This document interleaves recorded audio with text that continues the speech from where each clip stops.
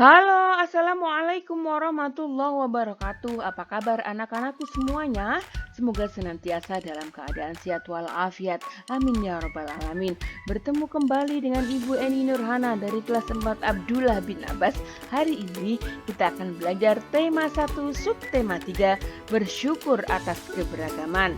Dan belajar tentang muatan PPKN KD 3.4 dan 4.4 tentang keragaman permainan tradisional di Indonesia. Anak-anakku yang ibu guru sayangi, sebelum kita mulai belajar, yuk mari kita berdoa terlebih dahulu. Bismillahirrahmanirrahim. Rabbi zidni ilma warzuqni fahma. Amin ya robbal alamin. Nah, sekarang perhatikan apa yang akan ibu sampaikan ya.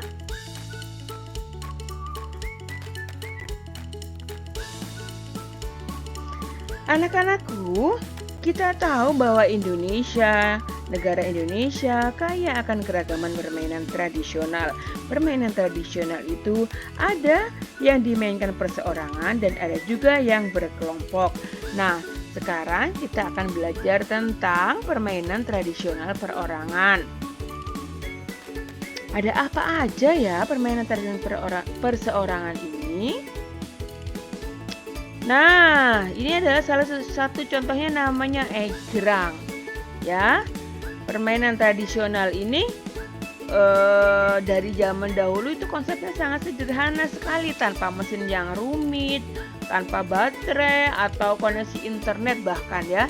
Jadi dengan sepotong bambu ini yang banyak tumbuh di pedesaan, kita bisa berjalan dengan sepotong bambu ini dengan memberi pijakan pada bagian bambu yang agak di bawah ini.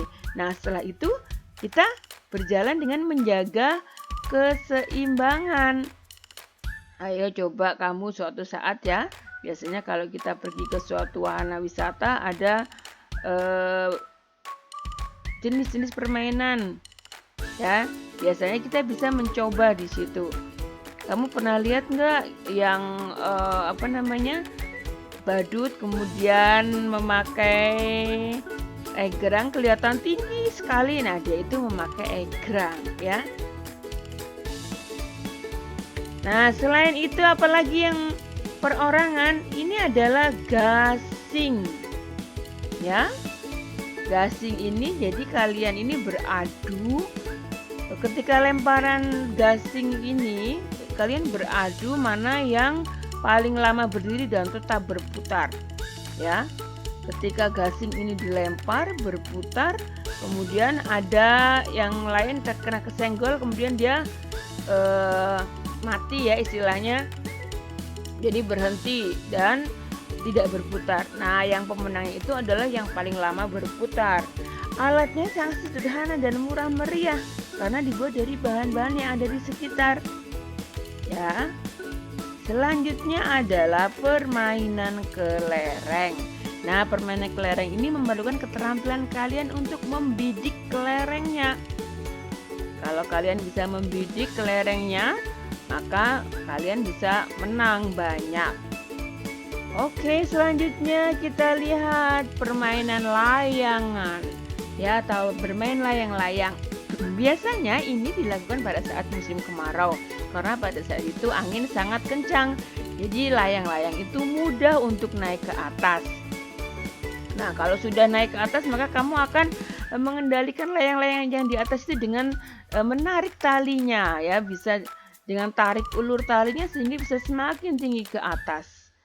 Nah, tetapi ada larangannya, tidak boleh bermain layang-layang di jalan raya karena sangat berbahaya. Ya, benang layangan itu bisa berakibat fatal jika terkena orang yang naik sepeda motor atau sepeda atau orang berjalan. Nah, itu sangat berbahaya sekali, maka dianjurkan untuk bermain layang-layang di tanah lapang atau di tanah terbuka. Kita lihat lagi. Nah, ini namanya engklek. Kalau bu guru kecil itu dulu namanya sudamanda. Jadi, kita ada ininya ya, gacoknya namanya. Gacok itu kalau bahasa Indonesianya itu alat bantu.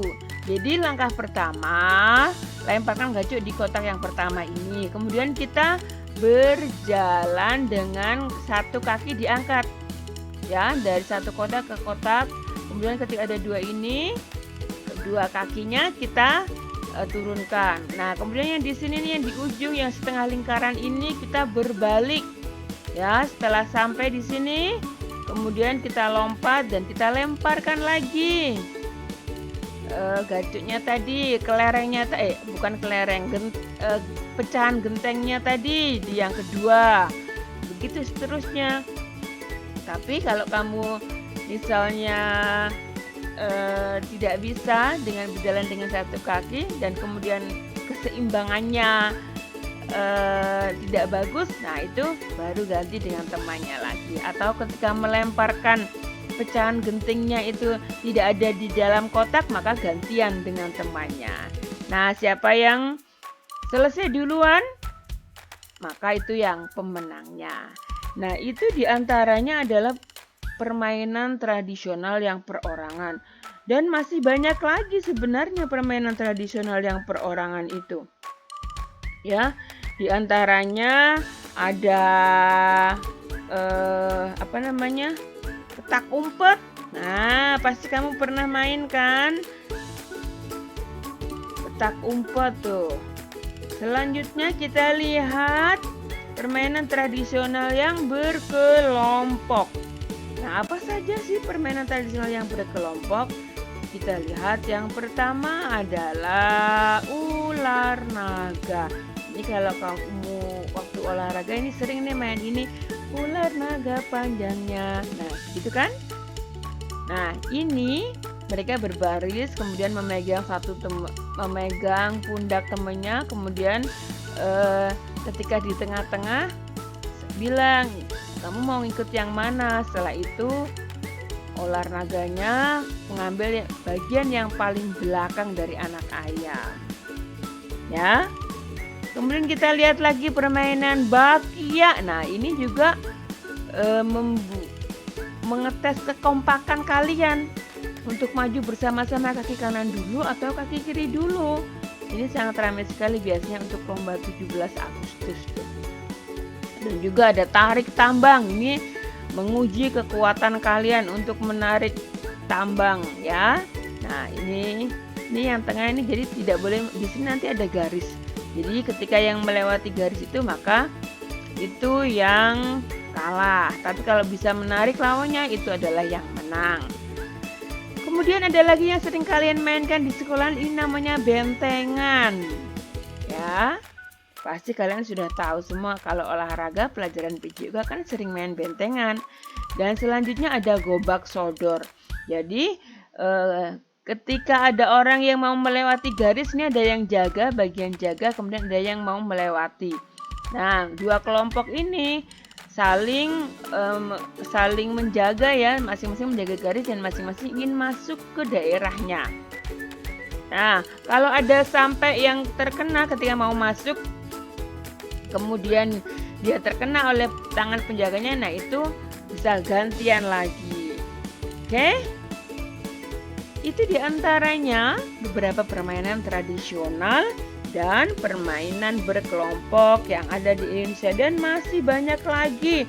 Ada juga patok lele, kemudian ada congklak, ada lompat tali karet. Nah, ada bola bekel juga untuk anak putri. Ada mercon bumbung atau petasan bambu, ada ketapel, balap karung, peletokan, dan banyak sekali. Bahkan waktu kita kecil ada balap mobil pakai kulit jeruk Bali, ya kan? Nah, sekarang kita akan mengetahui kan bagaimana manfaat melakukan permainan tradisional itu. Apakah ada manfaatnya? Banyak sekali manfaatnya. Yang pertama adalah kita melestarikan budaya bangsa Indonesia. Kemudian kita juga bisa berolahraga sambil bermain. Dan kita juga melatih kesabaran. Dan juga yang pasti melatih bekerja sama. Dan juga bersikap sportif, yaitu lapang dada saat kalah, tidak sombong saat menang, dan juga tidak curang. Nah, banyak sekali manfaatnya ya anak-anakku. Maka marilah kita melestarikan permainan tradisional itu.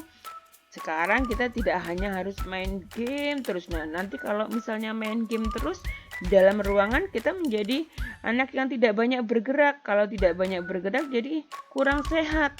Ya, lebih baik keluar dari kamar, kemudian kita melakukan permainan-permainan tradisional dengan tetangga kita, dengan teman-teman sekolah kita. Ya, anak-anak, baik, Ibu Guru akhiri pertemuan hari ini dengan ucapan Alhamdulillahirobbil alamin, dan tetap selalu bersemangat ya, tetap memiliki energi yang baik, yang positif, yang bersemangat. Jangan lupa sholat 5 waktunya dan stay at home, stay safe. Jangan pergi kemana-mana dulu. Kalau kamu masih ingin pergi kemana-mana, tetap social distancing ya, 3M, menjaga jarak, memakai masker. Ya, Ibu Guru akhiri. Assalamualaikum.